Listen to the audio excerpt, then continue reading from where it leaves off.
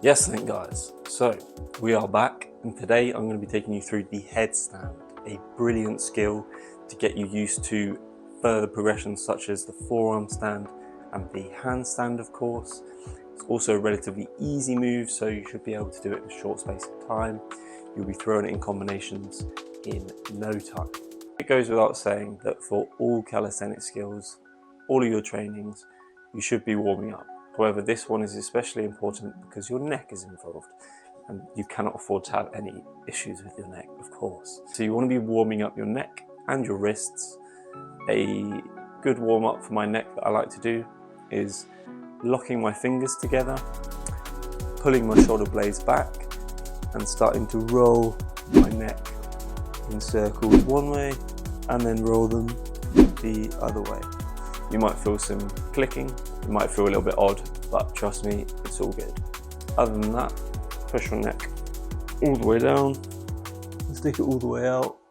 Again, it might feel a bit strange doing it, but I can assure you it is necessary.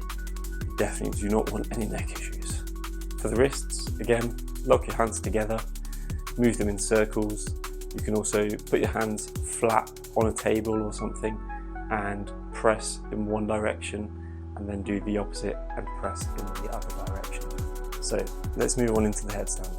How do we get there? Well, first of all, we're going to need to master the frog stand. How do we do a frog stand? Super simple. Firstly, you want to bend down, make sure your arms are on the inside of your knees or your legs, but have your hands spread out just outside shoulder width. Place your hands on the floor, spread your fingers out for extra balance, allow your elbows to dig into your inside of your kneecap and start to lean forward. You want to get to the point where you are able to balance yourself and you're able to lever yourself forwards and backwards, holding yourself in the air and just allowing yourself to get used to that position. Next, we're going to repeat the frog stand movement. However, now when we lean forward, we're going to actually let the top of our head touch the floor and balance ourselves there. Make sure you go relatively slow at this stage, just so you can get used to having your head and neck under a fair amount of pressure. And from here, you just want to engage the whole body, make sure you're nice and tight, and try and press your lower body up. If it's too difficult, then just try and press halfway. Or if you're struggling with that, use a wall and just practice the movement against the wall. At this point, it's just going to be consistent practice of that stage. Eventually, you will be able to press the whole of your lower body up and you'll be in that point where you're balancing.